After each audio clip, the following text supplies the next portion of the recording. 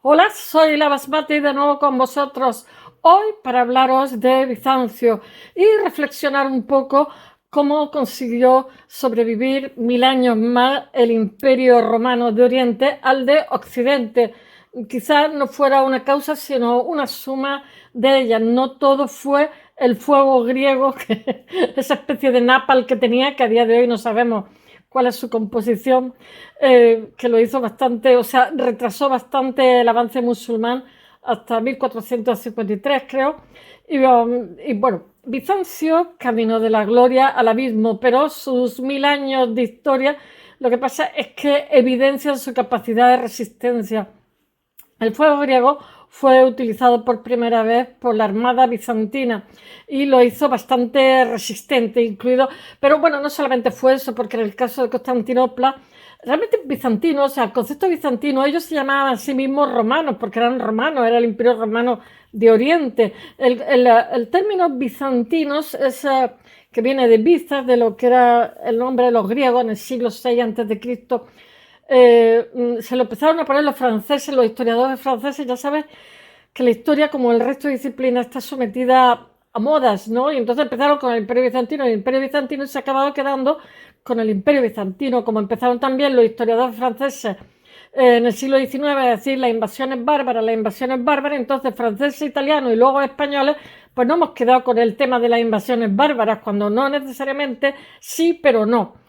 Bueno, cuando el emperador Teodosio, partió en dos el Imperio Romano, en los años finales del siglo IV, el de Oriente y el de Occidente, pasarían a tener dos historias separadas, el Imperio Romano de Oriente y el de Occidente. Ya sabéis que el Imperio Romano de Occidente cae en 1474 o 73, no lo sé, tengo que mirarlo, año arriba, año abajo. Bueno, este último ya estaba sufriendo los efectos de una crisis económica, tenía una inflación galopante que iría en aumento y no lograría poner coto a lo que eran las invasiones de los pueblos germanos. Eh, los pueblos germanos, como ya os he contado en algunos otros programas, exactamente fueron una inversión, sí, no fueron contratados los saxons en la Bretaña, porque los romanos pues no tenían que explotar allí temas mineros, entonces poco a poco se fueron introduciendo por mil motivos, porque también van a ser presionados por otras culturas como los magiares, los hunos, etcétera. Y entonces van a presionar y estas personas se van a desplazar a otros países, a otras líderes, van a bajar. En fin, va a ser todo un fenómeno progresivo que va a durar varios siglos y que en un principio eran digamos, unos germanos, que no todos eran germanos, porque los alanos eran indoarios, vivían entre el mar Caspio, o sea, el mar Negro y el mar Caspio en esa zona, pero bueno, que hay un desplazamiento muy grande de diferentes pueblos hacia lo que es Europa occidental y el norte de África, y se van a sentar en todas esas zonas, los lombardos, o sea, yo qué sé, alanos, suevos, visigodos que tuvimos en España, estos germanos, en fin, todo eso va a cambiar totalmente lo que es el mapa. Pero el Imperio Romano, yo creo que esa no es la causa de su caída. O sea, hubo muchas causas del cristianismo. O sea, es que o sea, esclerotizó, pero esa descomposición no fue una cosa de un día para otro, sino que fue algo que fue a lo largo de los siglos y no se le supo dar soluciones a los problemas que fueron surgiendo. Sin embargo, en el Imperio Romano de Oriente sí que tuvieron más músculo económico y supieron, como os conté el otro día con los tematas y tal, pues mientras que aquí, digamos, se estaban metiendo en un feudalismo, sobre todo a partir de Carlomagno, etcétera, etcétera, ellos supieron, digamos, afrontar determinados retos, hacer un ejército, como si dijéramos, de low cost, más barato.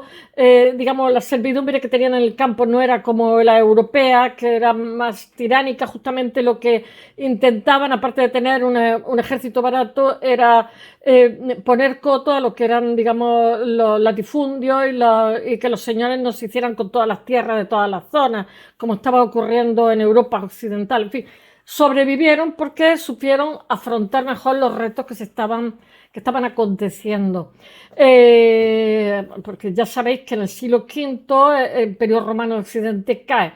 Bueno, en cuanto a Bizancio, el Imperio Romano de Oriente cuenta con más músculo, con más posibilidades de subsistir. Su mayor músculo económico le permite mantener a los atacantes a raya, aunque fuera a base de comprar voluntades, porque eso sí que lo hicieron. Pagaron a quien fuera.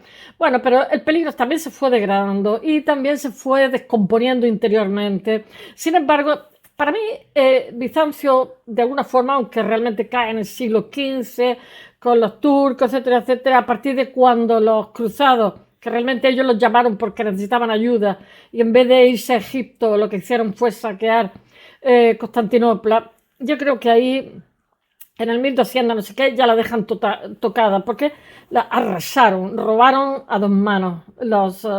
Estos cruzados fueron lo peor. Lo que pasa es que en estas cruzadas, que hicieron genocidio, en estas cruzadas, sin embargo, que en teoría era para custodiar lugares santos, lo que pasa es que se fue descomponiendo el modo de producción feudal, que por otro lado fue bueno, ¿no? Aunque aquí en España, a partir del siglo XV, entraríamos, aunque fuimos novedosos en el concepto de Estado, por el concepto de naciones del XIX, sin embargo, entramos en un señorío tardío que nos hizo, pues cuando todo el mundo estaba quitándose, yo qué sé, las telarañas del feudalismo, nosotros entramos en una especie de feudalismo, señorío tardío, que hizo que fuéramos en caída libre.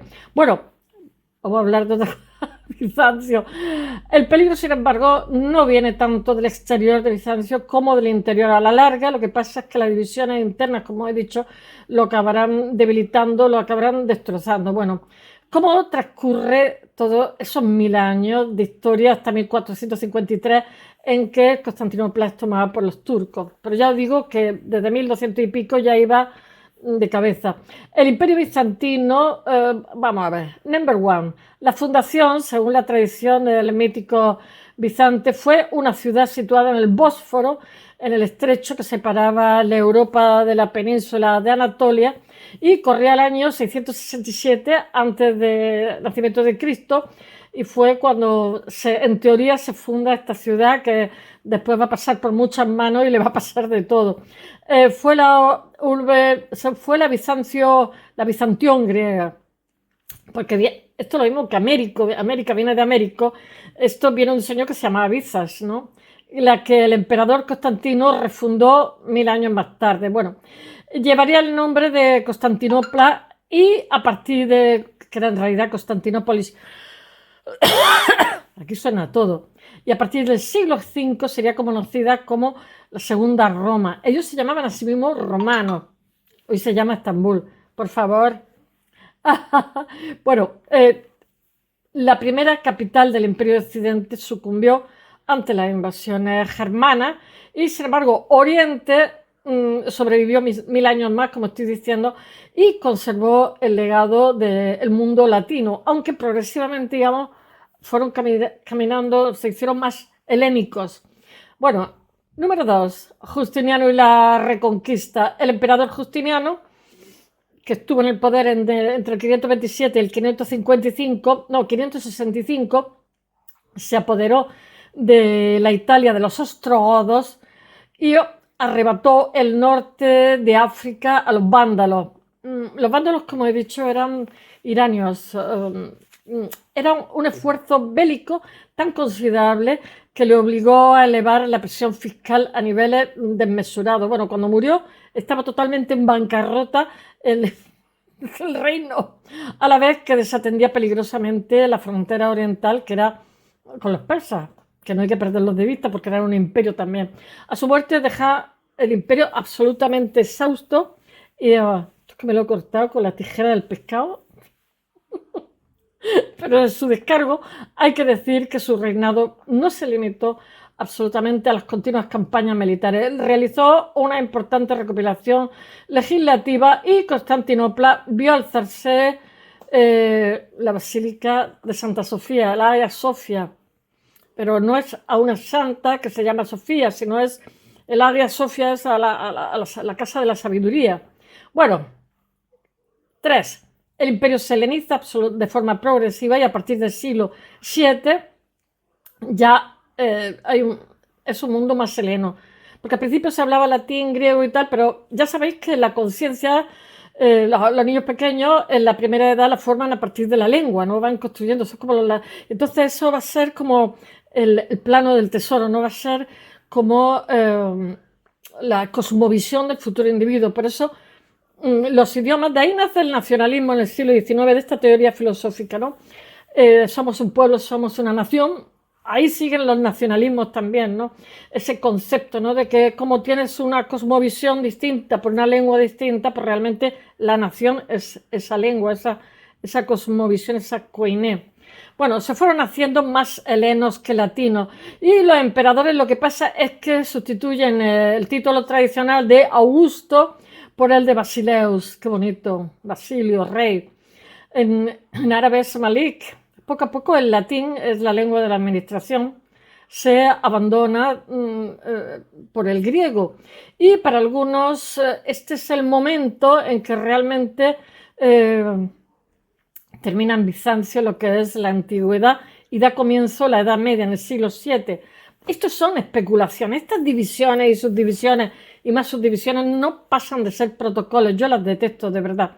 En el año 674 los musulmanes ponen sitio a lo que es por primera vez a Constantinopla. Lo que pasa es que Constantinopla, que la mantiene muy bien porque he estado allí muchas veces, tiene unas murallas cuadruplicadas y tiene más de 100 torres, era inexpugnable. Bueno, inexpugnable hasta que llegaron los turcos, que venían de Centroasia.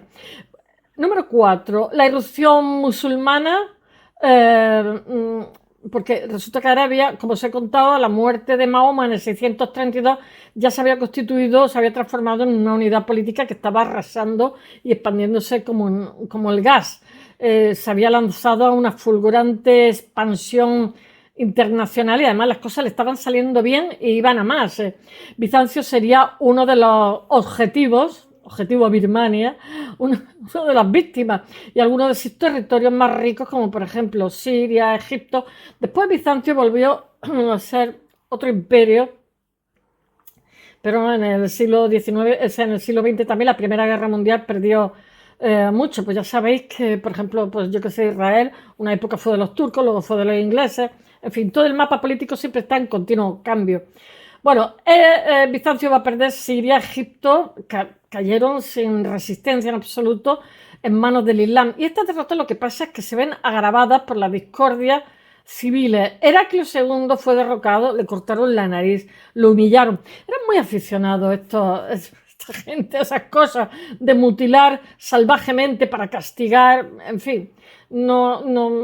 Es que si os contara el Imperio Bizantino sería un poco largo, como ayer el Islam. Se inauguraba así la costumbre bizantina de someter a humillación y tortura a los soberanos que perdían el trono. A todos les cortaban algo, pobrecillo. En el 674 los musulmanes pondrían sitio por primera vez a Constantinopla, pero se dieron con un canto en los dientes, porque ellos tenían un arma secreta que a día de hoy no se sabe, que era el fuego griego, que era como el napalm, lanzallamas. Entonces cuando venían a hacerle cosas y tal, pues lanzaban llamas y se cargaban a quien fuera, lo ponían en la flota. Cuando la flota musulmana amenazó la capital del imperio, quedó claro que eran necesarios nuevos sistemas de defensa y luego surgió entonces un arma que los haría famosos que se llamaba el fuego griego, el napalm y se trataba de una sustancia inflamable capaz de destruir las embarcaciones enemigas en mitad del mar. O sea, de hecho, ayer os conté que hubo califas que cayeron precisamente porque intentaron tomar Constantinopla y no pudieron. Bueno, su composición hoy sigue siendo desconocida y fue un secreto celosamente guardado. Porque claro, si se hubiera sabido, pues ya ni os cuento. Mientras estaban los iconódulos, eran partidarios de las imágenes religiosas, los iconoclastas eran contrarios a ella. Entonces está la querella de la iconoclastia, que es religiosa más importante, que dividió hubo muchísimos muertos y dividió a los bizantinos, y tuvo lugar en el siglo VIII, mientras los iconódulos eran partidarios de las imágenes religiosas. Los iconoclastas eran contrarios al entender que se trataba de una forma de idolatría. El emperador León III tomó partido por los iconoclastas en un intento de fortalecer su poder frente a la jerarquía religiosa. Sin embargo, fueron los iconódulos los que finalmente lograron imponerse, y el enfrentamiento había estado a punto de provocar una guerra civil. Bueno, sí, fue tremendo, fue tremendo. Me parece que fue la emperatriz Irene la que cortó totalmente. Es que tengo que contarlo un poquito más despacio. Obras artísticas de incalculable valor se fueron destruidas. Después los monasterios, la victoria de los partidarios de la, como se llame, de las imágenes, no había sido posible sino el apoyo de los monasterios. Estas comunidades en el universo teocrático bizantino lo que hicieron fue una grandísima influencia espiritual y política. Son muy espirituales.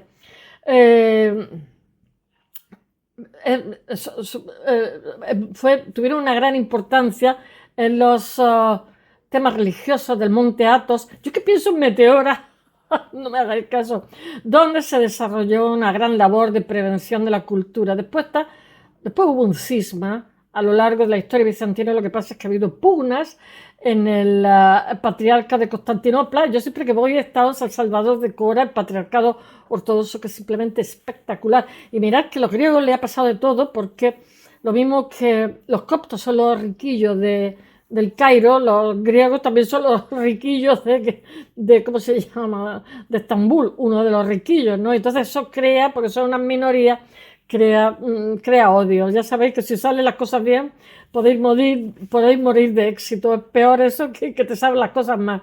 Bueno, pues y además se crean en un momento determinado hay 5 patriarcados: el de Jerusalén, el de Constantinopla, etcétera, el de Alejandría, y el Papa en Roma, y bueno, fueron constantes. Bueno, el primero se negaba a reconocer la primacía del segundo sobre toda la cristiandad. Existían además, ¿cómo se llama?, divergencias teológicas. En el siglo IX, el patriarca Focio protagonizó la controversia del filioque, lo del Hijo, el Espíritu Santo, etcétera. En Occidente, el credo afirma, siempre ha habido un choque entre el Papa de Roma y lo que era el Imperio Romano de Oriente, ¿no? El que, por ejemplo, Irene hubiera tenido que ser coronada emperatriz, pero sin embargo se coronó a Carlomagno, porque era hombre y ella era mujer. Siempre ha habido fricciones cuando ella era mucho, bueno, yo creo que era más poderoso ella que él.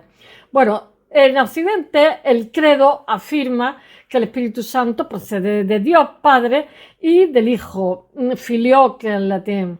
Pero a los orientales este añadido resulta un poquito herético, y entonces se sentaron así las bases de lo que luego fue el cisma. En el 1054, mira que hay cisma en esta época, se separó definitivamente lo que es los católicos y los ortodoxos, lo que son las dos iglesias. Ten en cuenta que la iglesia ortodoxa no solamente es también... Turquía tiene 6 religiones oficiales: judía, ortodoxa, islam, tal. Pero la iglesia ortodoxa, los países del este, Rusia, o sea, toda esa zona son iglesias ortodoxas todas. Y tienen, en fin, quiero decir que es bastante poderosa. Bueno, ahora llegamos al tema de los cruzados. Estoy haciendo aquí una síntesis. Ante la amenaza musulmana, lo que pasa es que Bizancio solicita la ayuda occidental. Se le dieron, échame una mano al cuello. Fue un error de cálculo, porque los guerreros que debían entregarle las tierras arrebatadas a la media luna acabaron actuando por su cuenta sin que nadie pudiera controlarlos, y lo que hicieron fue saquear Constantinopla. Con la Cuarta Cruzada, las tropas que debían de conquistar Egipto se desviaron, ya que porque estaban pidiendo ayuda, y dijeron, bueno, pues ya que estamos aquí, pues somos ejército de ocupación. Se desviaron de su ruta y tomaron Constantinopla en 1202, y ahí ya Constantinopla ya no levantó cabeza, ya fue así, caída libre. Y se entregaron fue como el saco de Roma, o sea, el saqueo, pillaje, y los vencedores desmembraron los dominios recién adquiridos en diversos principados feudales, pero la nobleza autóctona logró mantener el legado imperial en 3 estados. Uno de ellos, Nicea, que es como Concilio de Nicea, consiguió en 1261 reconquistar la capital y restablecer el imperio. Pero fue, o sea, es que los cruzados de verdad, o sea, son una vergüenza para la cristiandad en todos los niveles, porque lo que ellos llamaban Tierra Santa, lo que hicieron fue matar a diestro y siniestro gente inocente también. Bueno, la toma de Constantinopla desde el siglo XIII, la dinastía paleóloga presidió una interminable decadencia que redujo Bizancio, no sé, al mínimo, a poco más que la capital, Constantinopla. Desesperados, los emperadores solicitaron de nuevo ayuda a Occidente, claro. A cambio, le ofrecían la unión con la Iglesia de Roma. Pues vaya oferta, la chapucera, a esta altura, mangas verdes. O sea, en 1400, no sé cuánto, dijeron, no, mira, seremos en vez de ortodoxos. Bueno, estos deseos nunca fueron respaldados por la población ortodoxa. El político podía decir lo que le diera la gana, los ortodoxos hacían lo que querían, y fue dominada por un fuerte sentimiento antilatino. Y entonces los turcos aprovecharon la situación de división y en 1453 tomaron por fin Constantinopla, y de esos barros, estos lodos que se han quedado, han hecho otra vez mezquita la Hagia Sofia, qué pena, esto 1000 veces. Bueno, el último emperador, Constantino XI, murió en combate. Espero que os haya gustado y hasta mañana, bye.